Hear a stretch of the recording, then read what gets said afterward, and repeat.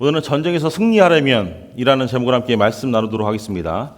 오늘 우리가 읽고 있는 이 말씀은요, 40년 광야 생활 끝에 드디어 이스라엘 백성들이 가나안 땅에 들어가게 됩니다. 여호수아는 3장 15절 말씀 보시면요, 곡식과 그 곡식은 밀과 보리입니다. 그 곡식을 거두는 시기에 요단강은 물이 많아 넘쳤다라고 이야기합니다. 이 그림 보시면요, 이 위에 있는 파란 부분이 갈릴리 호수입니다. 그리고 밑에가 요단강이고요, 밑에는 파란 부분이 사해예요. 근데 그 갈릴리 호수 북쪽에 보면요, 헬몬산이라는 산이 있습니다. 우리가 위에 시에라 산맥이 있는 것처럼 그 산에서 녹은 물이 3월, 4월이 되면 그 눈이 녹아내린 물이 갈릴리 호수를 채우고 계속 흘러서 사해로 넘쳐 내려간다고 합니다. 성경 말씀 보시면요, 그 하나님의 말씀을 그 언약궤를 맨 제사장들이 요단강에 섰을 때에 물이 끊어지고 여호수아와 이끄는 이스라엘 백성들이 요단강을 건너게 됩니다. 근데 그 건너는 시기는요, 밑에입니다. 제가 그림을 어제 구했어요. 위에는 요단 건기입니다. 물이 없을 때는요, 1m밖에 되지 않아서 웬만한 성인은 그냥 건너갈 수 있습니다. 그러니까 이쪽 끝에 교회 앞에부터 저 끝에까지 거리 건기에, 물이 없을 때는 그 정도 1m밖에 되지 않아서 그냥 우리가 수영장 물을 걷듯이 걸어 넘어갈 수 있는 게 요단강이라고 합니다. 하지만 해문산 물이 녹는 이제 3월, 4월, 5월 이제 봄과 초여름까지의 그 시기에는요, 우기예요. 그 거리가 우리 교회만큼의 거리였던 것이 이제 1.6km, 1마일이 되는 겁니다. 그 거리가. 깊이는요, 3에서 4m예요. 3에서 4m면은 우리 키는 잠기겠죠. 걸어서는 도저히 갈 수 없는 그런 강이 요단강입니다. 그런데 이때에 우기에 초여름이 되는 그 시기에 성경 말씀 보시면요, 여호수아가 이끄는 이스라엘 백성들은요, 요단강을 건넜습니다. 어떻게 해요? 기적적으로 하나님께서 이 1마일이나 되는 이 강을 마르게 하셨어요. 물이 뚝 끊기게 하셨습니다. 그래서 그 마른 땅으로 요단강을 건넌 것에 대한 흥분과 동기로 흥분하는 그런 마음을 가지고 이 이스라엘 백성들은 지금 이 자리에 있는 것입니다. 그들은 강바닥에서 돌 12개를 취하여 길갈에 세웠습니다. 5장 1절 말씀 보시면요, 가나안 사람들은 하나님이 요단강을 말리고 이스라엘 사람들이 건너게 하셨다는 그 소식을 듣고 두려워서 마음이 녹았고 정신을 잃었다라고 기록하고 있죠. 무슨 의미입니까?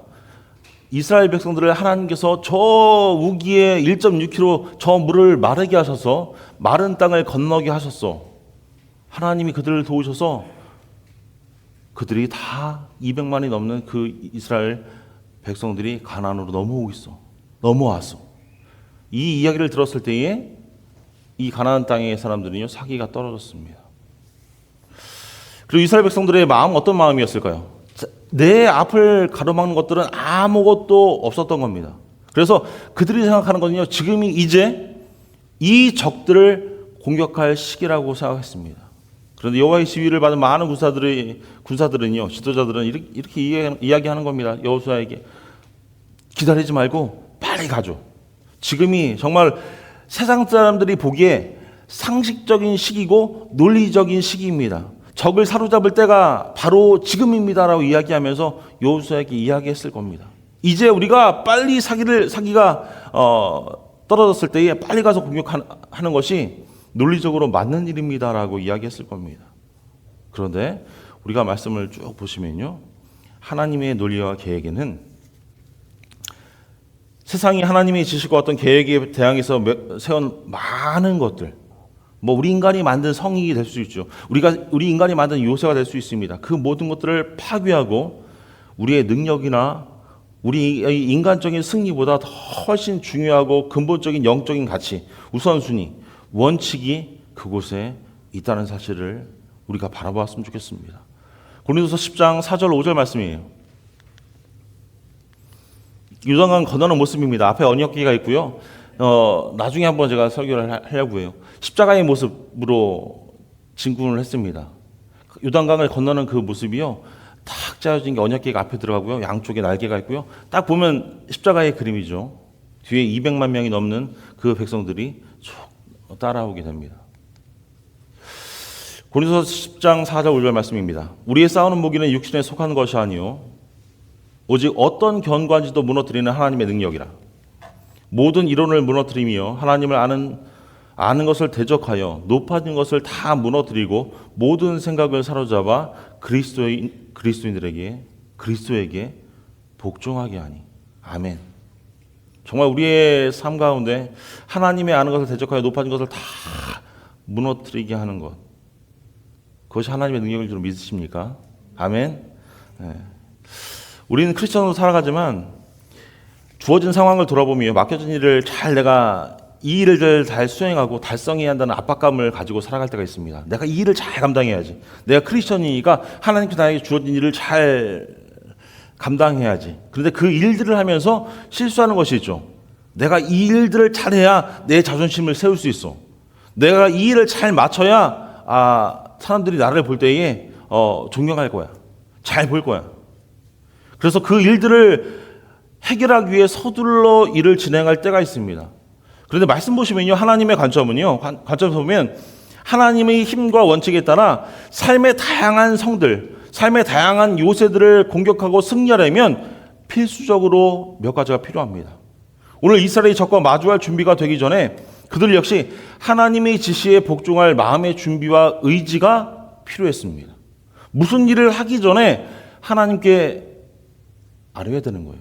우리가 기도하는 이유가 무엇입니까? 무슨 일이 탁 터졌을 때에 이미 내가 어떤 문제에 봉착했을 때 그때야 우리가 기도할 때가 많이 있습니다. 하나님, 큰일 났어요. 우리가 보통 엄마 아빠한테 큰일이 일어나면 엄마 아빠를 찾죠. 아이들은 실수를 하면요, 엄마 아빠를 찾습니다. 자기가 해보려고 이렇게 하다가 뭐가 부서지고 무슨 큰일을 벌이게 되면 엄마 아빠 나중에 찾게 돼요. 우리의 모습 어떻습니까? 크리스천으로서 우리도 하나님께 무언가를 하기 전에 하나님, 내가 이렇게 하기를 원합니다라고 기도하고 말씀 가운데 말씀을 보면서 그 가운데 우리가 모든 것들을 계획하고 나가야 되는데 우리의 신앙의 모습은 아이들과 같을 때가 많이 있습니다. 일단 저지르고 보죠. 터지고 나서는 어떡합니까? 하나님, 큰일 났어요. 하나님 좀 이것만 해결해 주시면 제가 열심히 믿을게요라고 하나님과 딜합니다. 하나님, 이번 문제만 해결해 주시면 내가 하나님을 더 열심히 섬기겠습니다. 하지만 그 딜 가운데 하나님께서 긍휼히 여기셔서 그 문제를 해결해 주십니다.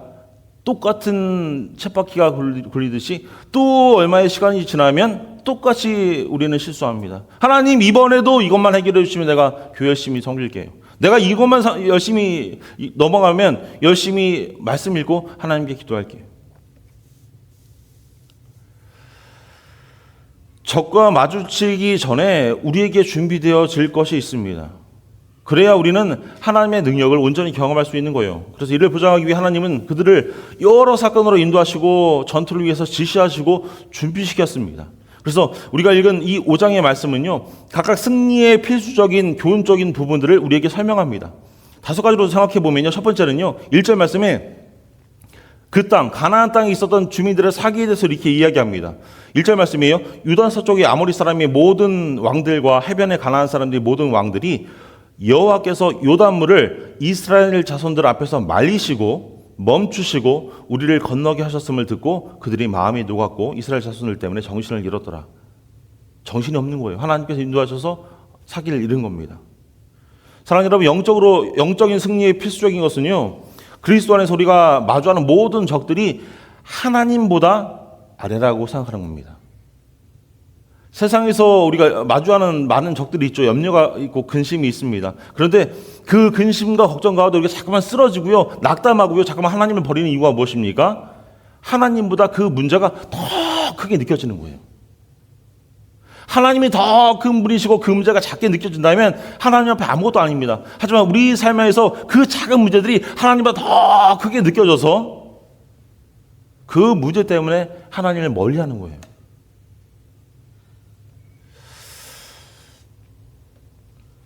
그래서 본질적으로 세상의 모든 것들은 하나님 앞에서, 우리 주님 앞에서 패배할 수밖에 없는 적이라는 사실을 우리가 알아야 합니다. 그래서 2장 13절로 15절은 이렇게 말씀합니다. 또 범죄와 육체의 무할례로 죽었던 너희를 하나님께서 그와 함께 살리시고 우리의 모든 죄를 사하시고 우리를 거스르고 불리하게 하는 법조문으로 쓴 증거를 지우시고 제하여 버리사 십자가에 못 박으시고 통치자들과 권세들을 무력화하여 드러내어 구경거리로 삼으시고 십자가로 그들을 이기셨느니라. 아멘. 십자가로 모든 것들을, 세상의 모든 권세와 통치자들과 모든 것들, 우리 눈에 보이는 것, 우리가 만질 수 있는 것, 우리가 강하다고 느껴지는 것, 생각하는 그 모든 것들을 십자가와 하나님의 능력으로 그 모든 것들을 이기셨다라고 우리에게 말씀하고 있습니다. 그래서 우리는 사기가 꺾일 이유가 없는 거예요. 힘들 수 있습니다. 힘들지 말라고 여러분에게 말씀드리는 것이 아니에요. 염려가 있을 때, 나는 사기가 꺾이지 않아. 나는 당당히 살 거야. 마음은 중요하지만 힘들 수 있습니다. 힘들지 말라는 말씀이 아니에요. 오해지 않으셨으면 좋겠어요. 두 번째 우리가 볼 것은요, 5장 2절로 9절까지 말씀입니다. 5장 2절로 9절까지 말씀 보시면 그 이스라엘 백성들이 가나안 땅으로 들어온 이제 애굽을 출애굽한 민족 중에 죄를 지은, 하나님께서 가나안으로 들어가지 못하리라고 명령했던 그 많은 사람들이 다 죽고 난 후에 사람들을 이제 할례를 시키는 그런 장면이 나옵니다. 할례에 대해서는 제가 설명해 드리지 않아도 다 잘 아시죠? 검색하시면 나옵니다. 그래서 할례는요, 아브라함과 맺은 하나님의 언약의 표징입니다. 할례는 땅을 유업으로 소유하는 것을 의미한다고 하죠. 그래서 하나님의 약속에 대해서 이스라엘의 믿음을 상징했습니다. 근데 지금 이 배경 가운데 할례라는 것은요, 엄청난 믿음이 필요했습니다. 왜일까요? 아까 제가 그림 보시면요, 요단강을 건너서 길갈이라는 지역이 있습니다. 그리고 여리고는요, 약 3km, 2마일이 채 되지 않는다라고 해요. 그래서 길갈이 더 높은 지역입니다. 그래서 길갈에서 이렇게 보면 여리고 평야에서 여리고 성이 보여요. 그만큼 가까운 지역에 이 가나안 백성들이 자리를 잡고 있는 겁니다. 근데 이렇게 자리를 잡고 있는 가운데 하나님께서 남자들, 싸울 수 있는 군사들, 그들에게 할례를 베풀라고 말씀하십니다. 적이 빤히 보이는 그 길갈에서 하나님은 모든 남자들에게 할례를 하라고 명하시는 겁니다. 우리가 이런 생각할 수 있죠. 만일 적군이 쳐들어오면 꼼짝없이 다 당할 텐데, 남자들이 다 수술을 받고 며칠은 어기적거리며 잘 못 움직일 거잖아요. 그래서 이 할례라는 것은요, 이 당시 할례라는 것은요, 더 큰 믿음의 어떤 영적인 준비였습니다. 창세기 24장인가요? 그 세겜 족속에게 할례를 권유합니다. 그래서 할례를 받으라고 이야기하고 시몬과 레위가 그 세겜 족속을 싹 쓸어버리는 장면이 나오죠. 죽이는 장면이 나옵니다. 똑같은 거예요. 그 역사를 바라보았잖아요. 우리가 할례를 받아서 움직이지 못할 때에 여리고성에서 갑자기 나와서 적군들이 우리를 들이닥친다면 우리는 죽을 수밖에 없는 겁니다. 그런데 어때요? 믿음을 가지고 할례를 행했다는 것. 세 번째로 생각해 볼 것은 5장 10절 말씀입니다. 그들이 유월절을 다시금 지켰습니다. 유월절에 참여함으로써 이스라엘은 어린 양의 피로 애굽에서 구출된 것을 다시금 기억하게 됩니다. 애굽에서 유월절을 지키는 것은요, 홍해를 건넌 후에 애굽 사람들이 멸망당할 것과 마찬가지로 우리가 요단강을 건넌 후에 가나안 사람들이 패배할 것이라는 것을 다시금 그들 마음 가운데 확신시켜주는 그런 사건이었습니다. 유월절은 뭐예요? 애굽에서 이제 이끌어내는 하나님의 그 능력을 다시금 기억하는 그런 날이잖아요. 이제 우리가 똑같이 홍해를 건넌 것처럼 요단강을 건넜습니다. 모세가 애굽 백성들을 이끌어서 홍해를 건넌 것처럼 여호수아를 하나님께 선택하여 주셔서 요단강을 건너게 하셨습니다. 과거를 기억하는 것은요, 미래의 시험을 위한 믿음의 훌륭한 준비가 될 수 있습니다. 제가 오늘 기도하는 중에 그랬죠. 그리고 우리가 과거의 그 하나님과의 어떤 교통과 하나님의 능력, 하나님의 임재하심을 우리가 기억할 때에 미래에 우리에게 닥쳐질 시험에 대해서 우리는 담대하게 그 시험을 맞이할 수 있는 겁니다. 왜요? 과거에 나를 이만큼 지키시고 이끌어주셨던 하나님께서 나중에 있던 문제까지도 하나님께서 지키실 수 있겠지, 해결하실 수 있겠지라는 믿음이 있기 때문에. 네 번째로 생각해 볼 것은요, 5장 11절로 12절 말씀입니다. 이제 유월절을 지난 다음에 그 다음 날부터 만나가 그치고 땅의 소산을 먹었습니다.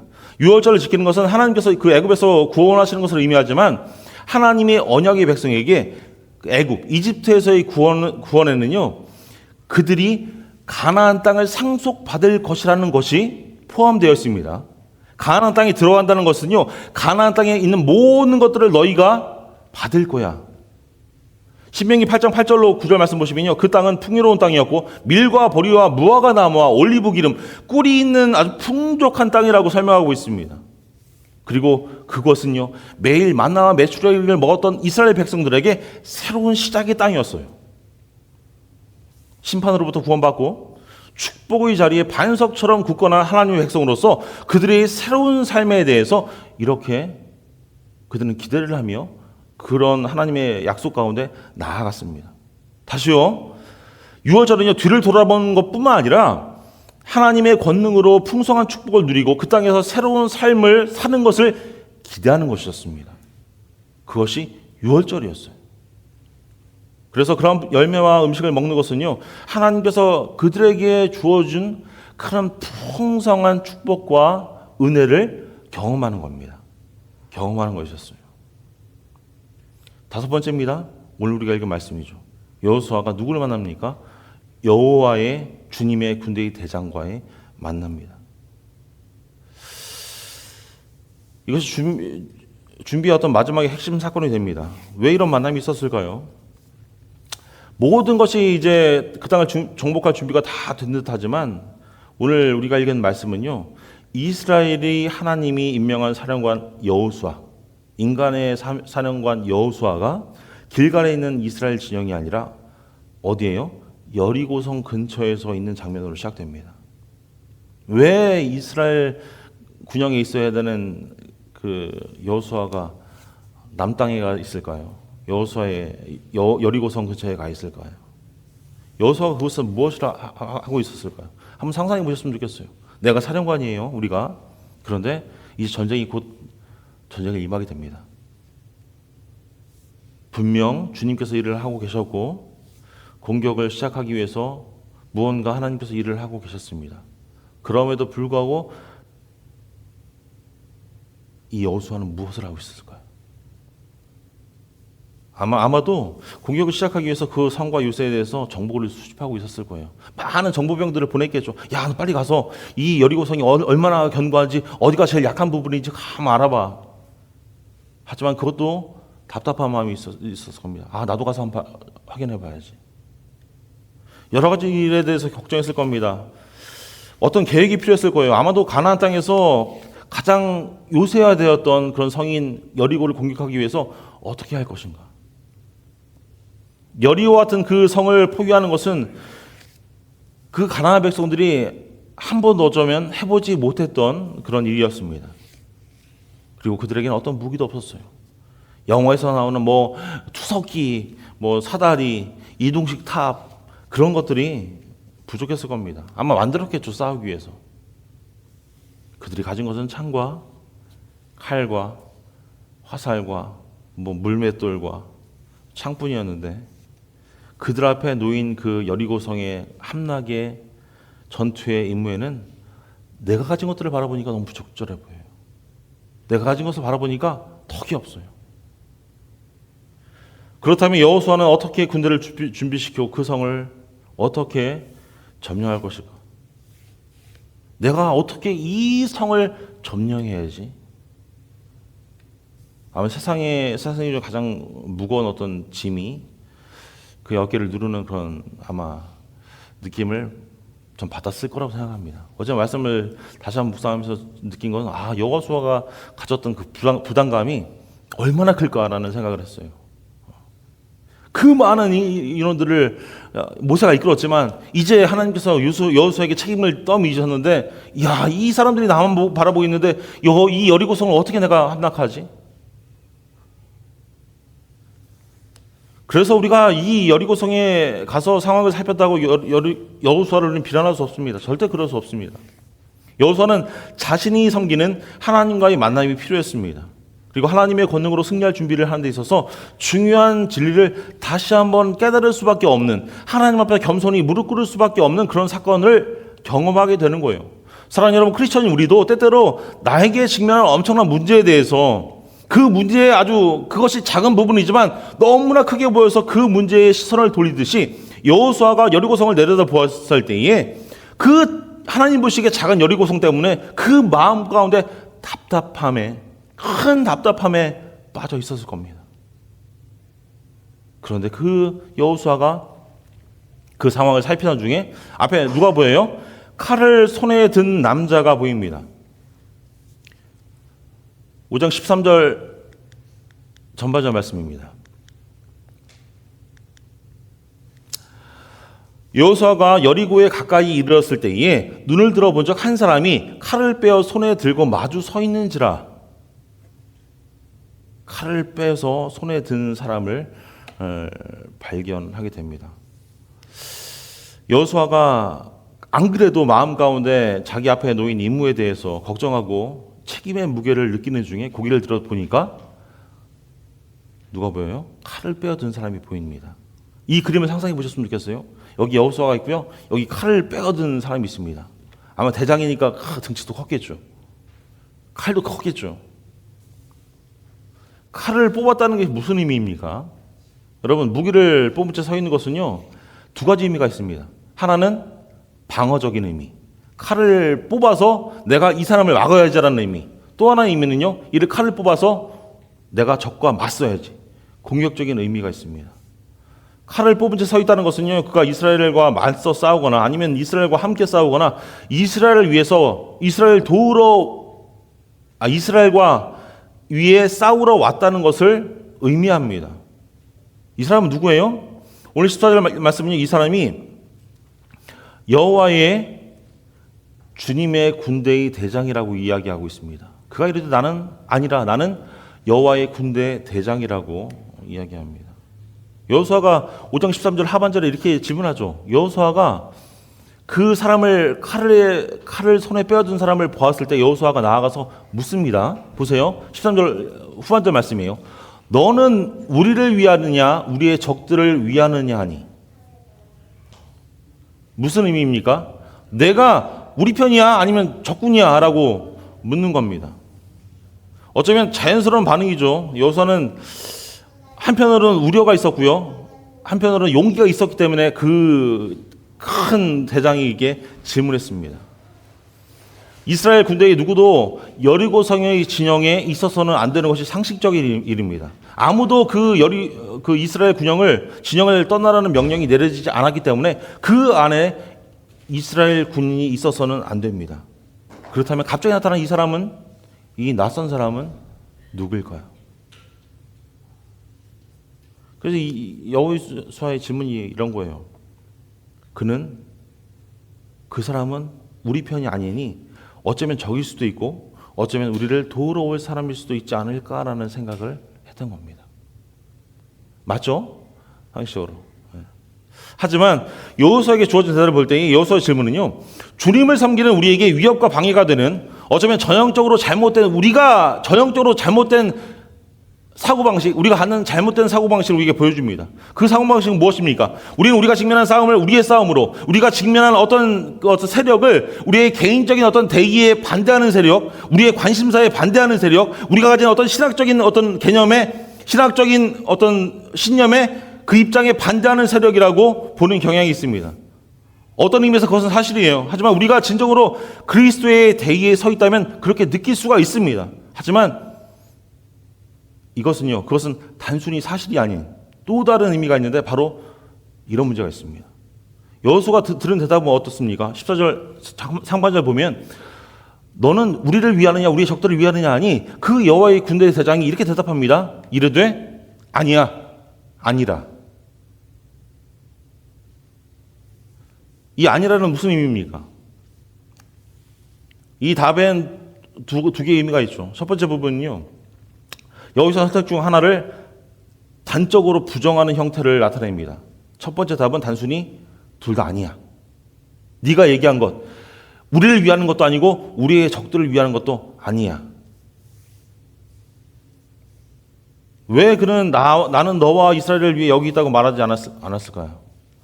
이 말씀 읽으면서 그런 생각 해보지 않으셨습니까?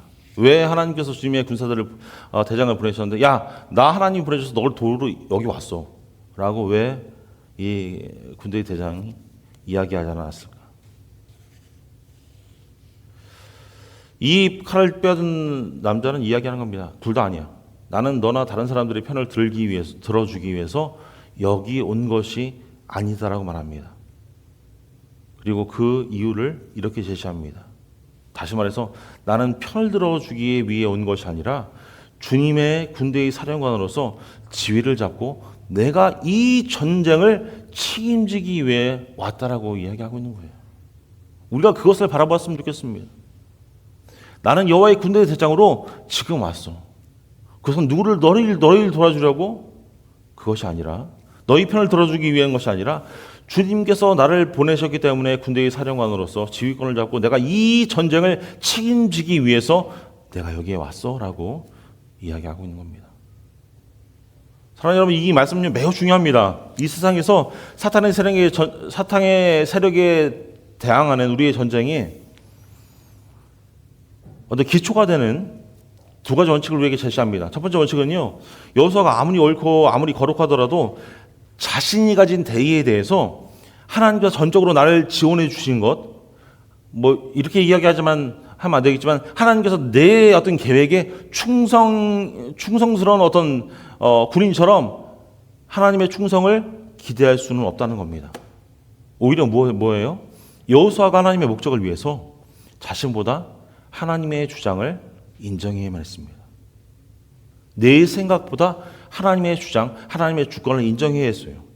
사랑하는 여러분, 우리는요, 전투와 우리의 의지의 역으로 접근하는 경향이 있습니다. 거꾸로 우리의 전쟁, 우리의 어떤 생각을 거꾸로 접근하는 경향이 있어요.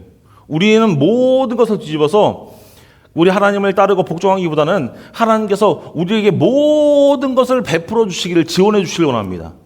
하나님, 내가 싸움을 해야 되는데 먼저 하나님께서 나에게 다 지원해 주세요. 그러면 내가 하나님을 더 열심히 따르겠습니다. 제가 서두에도 말씀드렸죠. 우리는 이렇게 거꾸로 합니다.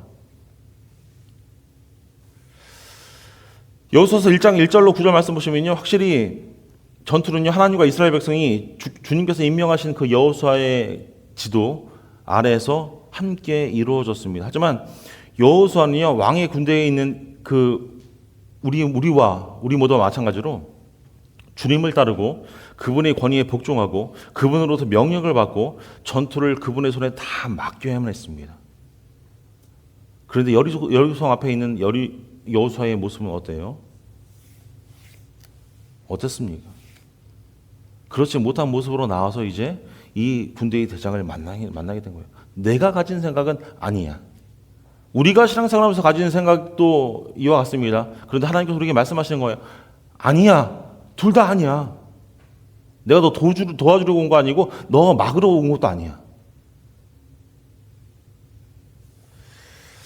그래서 14장 하반절 말씀 보시면요, 여호수아가 얼굴을 땅에 대고 엎드려서라고 그 얘기를 돼. 내 주여 종에게 무슨 말씀을 하려 하시나이까. 이 여호수아는요, 주님께 명령을 구합니다. 그리고 여리고를 점령하기 위해 하나님께서 원하시는 그 지시를 아마도 받았을 거예요. 우리가 여기서 생각해볼 두 번째 원리는요, 책임을 지기 위해 오신 주님은요, 여호수아, 아니 오늘 살아가는 저와 여러분에게 하나님의 개인적인 임재에 대해서 또 개인적으로 우리에게 허락하시는 강력한 공급에 대해서 상기시켰습니다. 하나님의 개인적인 임재에 대한 약속은요, 항상 하나님의 개인적인 보살핌에 대한 확신을 우리에게 허락합니다. 좀 어렵죠? 다시금 제가 하나님의 개인적인 임재, 우리들에게 보여주시는 임재에 대한 약속은요, 항상 하나님의 개인적인 보살핌에 대한 확신, 우리 안에서 입술로 고백하고 우리가 피부로 느끼고 하나님 앞에서 감사할 수 있는 확신을 함께합니다. 하나님이 임재하면요, 아, 하나님이 도우셨구나. 우리가 입술로 고백하게 되는 거예요. 그걸 함께 한다는 거예요. 마찬가지로 하나님의 강력한 공급에 대한 약속은요, 문제가 우리에게 아무리 불가능해 보이더라도 항상 무한한 공급과 능력에 대한 약속을 수반합니다. 문제가 이만큼 있더라도 하나님의 그 크신 능력은요, 더 무한하다는 사실을 우리가 인지하게 되는 거예요. 그래서 하나님 편에서 보시기에 그 문제가 아무것도 아닐 수 있는 문제이구나. 아니, 문제조차 되지 않을 수 있구나.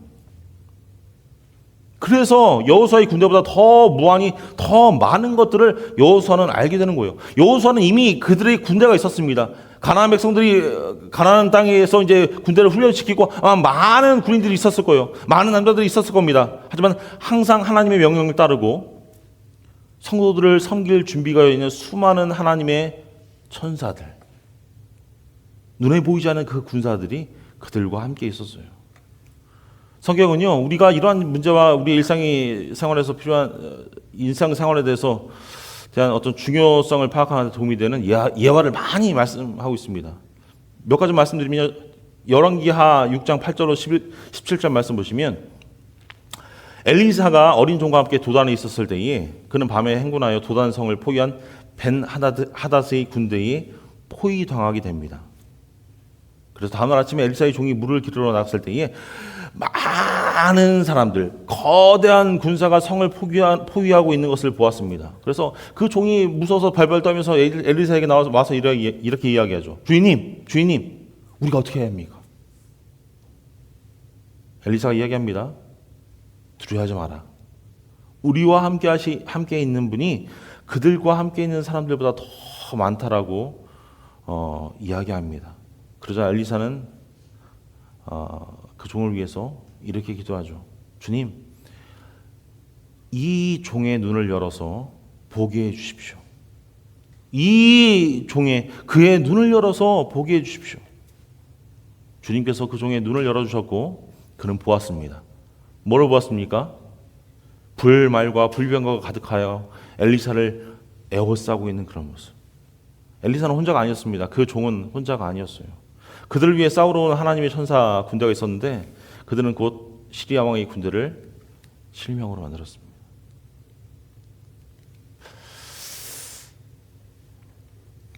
하나님의 천사 군대와 하나님의 백성에 대한 사역에 대해서요, 성경에 많은 이야기 나옵니다. 히브리서 1장 14절 말씀 보시면 이렇게 말씀합니다.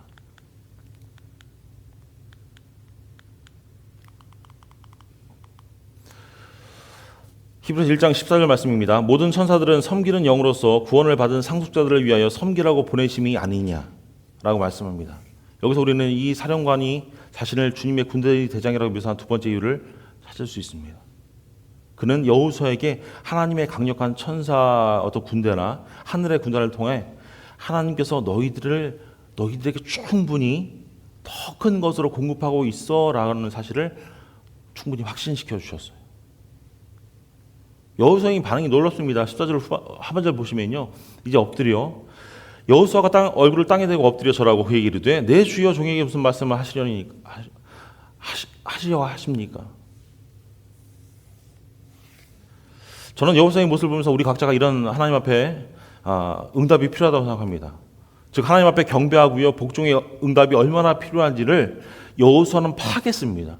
우리가 신앙생활하면서 크리스천으로 살면서 매일매일 제가 성숙해야 한다고 말씀하잖아요. 성장하라고 말씀하잖아요. 한 걸음 나아가야 한다고 말씀드리는데 그 한 걸음의 의미는요, 하나님을 얼마나 더 경배하고 하나님을 더 얼마나 두려워하고 하나님께 얼마나 더 복종해야 하는지, 하나님의 명령에 하나님의 말씀에 우리가 더 얼마만큼 더 열심으로 응답해야 하는지를 여러분에게 말씀드리는 겁니다.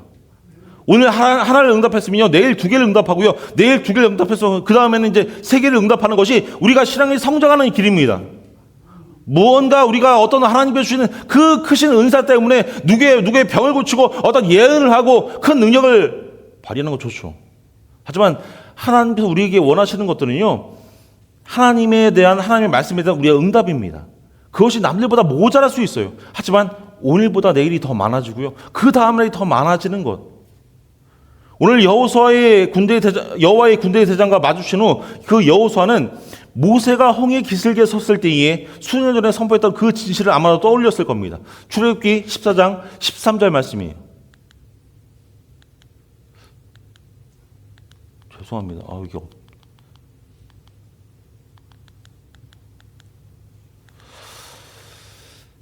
주께서 너희를 위해 싸우실 것이니 너희는 다만 가만히 있으라라고 하는 말씀을 다시금 기억했을 겁니다. 모세에게 주셨던 그 말씀. 주께서 너희를 위해 싸울 것이니 너희는 그저 가만히 있어. 너희의 능력과 너희의 힘과 너희의 기술과 너희 전투의 어떤 전략도 필요 없어. 너희는 가만히 있어. 여호수아는 아마도 다윗이 나중에 골리앗과 마주쳤을 때 전쟁은 우리 주님께 여호와께 속한 것이니라고 선언했던 그 진리가 아마 먼저 그들 마음 가운데 생겼을 겁니다. 사무엘상 17장 47절 말씀입니다. 또 여호와의 구원하심이 칼과 창이 있지 아니함을 이 무리에게 알게 하리라. 전쟁은 여호와께 속하는 것인즉 그가 너희를 우리 손에 넘기시리라. 아멘. 하지만 그게 전부 아니죠. 여호수아는 내 주께서 종에게 무슨 말씀을 하시겠습니까? 라고 묻습니다. 사랑하는 여러분, 우리가 결코 혼자 짐을 지고 우리가 결코 혼자 적과 마주할 필요가 없다는 것을 아는 것이 얼마나 위안이 되고 격려가 되는지 모릅니다. 저는 신앙생활 하면서 그게 가장 큰 격려가 돼요. 나만 혼자 있지 않네. 여호수아는 앞으로의 전투와 가나안 정복 전체가 실제로 하나님의 인도라는 사실을 기억했을 겁니다. 여러분, 우리의 역할은 무엇입니까? 우리는 하나님의 군대의 군인이고요. 하나님께서 우리에게 부어주시는 그 갑옷을 또 풍부하게 공급하시는 것을 입고 나아가야 하는 하나님의 종인 줄로 믿습니다. 에베소서 6장 10절로 13절까지 말씀이에요. 우리 같이 봉독해 보겠습니다. 시작. 끝으로 너희가 주 안에서와 그 힘의 능력으로 강력해지고 마귀의 관계를 능히 대적하기 위하여 하나님의 전신갑주를 입으라. 우리의 씨름은 혈과 육을 상대하는 것이 아니요 통치자들과 권세들과 이 어둠의 세상 중앙들과 하늘에 있는 악한 영들을 상대함이라. 그러므로 하나님의 전신갑주를 취하라. 이는 악한 날에 너희가 능히 대적하고 모든 일을 행한 후에 서기 위함이라. 아멘. 저는 목회를 하면서 받는 거룩한 부담감이 있습니다. 목사님 부담감이 없는 것 같은데요 라고 생각하실 분도 계시지만 저는 18년 이상 목회하면서 엄청난 부담감을 가지고 목회합니다. 어떨 때는 사역의 부담이 제가 감당할 수 있는 것보다 더 무거울 때가 오는 것처럼 느낄 때가 있습니다. 그래서 교회가 작지만 그 목회에 대한 어떤 일에 대해서 좌절하고 그 문제에 무게에 짓눌려서 정신적으로 힘들 때가 있습니다. 여러분 보기에 안 그렇죠? 안 그래 보이는데. 네, 근데 저는 그래요. 그래서 살이 찌나? 전 그렇습니다. 그럴 때마다 보는 성경이 위로가 주는 말씀이 저는 이 여호수아서 5장 말씀입니다. 우리는 모든 일들을 나 자신이 혼자서 책임져야 한다는 사실을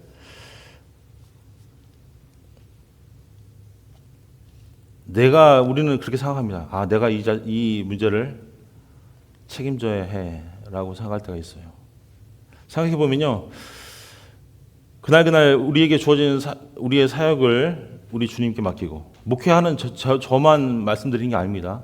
여러분의 각자의 가정에서 남편과 아내의 역할, 또 회사에 다니시는 분은 또 비즈니스 하시는 분 비즈니스의 그 역할, 맡겨진 그 모든 일들 가운데서 주어진 사역을 우리 주님께 맡기고 그것이 주님의 일이고 그분께서 그것을 성취하실 수 있다는 그런 믿음, 그런 확신을 가지고 살아가야 하는 것이 진정한 크리스찬인 줄로 믿습니다. 정말 오늘 우리가 읽은 이 구절을 통해서 그리스도의 능력과 우리를 통제하시는 하나님의 주권으로 우리를 몰고 가시고 그분은 교회의 머리가 되시고 참으로 만왕의 왕이고 만주의 주가 되심을 꼭 기억하셨으면 좋겠습니다. 오늘 오전 15절 말씀 이렇게 말씀하잖아요. 여호와 이제 군대 대장이 마지막 계시했을 때에 이렇게 이야기합니다. 여호와의 군대 대장이 여호수아에게 이르되 내 발에서 신을 벗으라. 내가 선 곳은 거룩하니라 하니 여호수아가 이제 그대로 행하니라. 내가 너와 함께 언약을 한 이 곳은 내가 서 있는 이곳은 거룩한 곳이니라는 설명이 여기에 포함되어 있는 거예요. 여러분, 신을 벗는다는 의미는요, 종의의 표시입니다. 존경과 복종의 표시라고 학자들은 이야기하죠. 그리고 이 만남과 계시를 향한 이 장소는요, 거룩한 땅으로 이 군대의 대장을 통하여 선언되었습니다. 우리 말씀 보면서 여호수아가 방금 경험한 것이 얼마나 중요한 사건임을 우리는, 후대에 살아가는 우리는 이 말씀을 보면서 알 수 있어요. 여러분, 하나님은요, 우리의 구원을 위해서 고난받을 구세주를 우리에게 허락하시고 또 자비로운 그 일들을 우리에게 허락해 주셨습니다. 이와 더불어서 그 자비로우신 하나님께서 우리의 전장도 주관하고 인도하시는 분이라는 사실을 기억하십시오. 우리는 신을 벗고 하나님의 권위와 임재의 능력에 복종할 때에만 전장에서 승리케 하시는 하나님의 구원을 경험할 수 있을 줄로 믿습니다.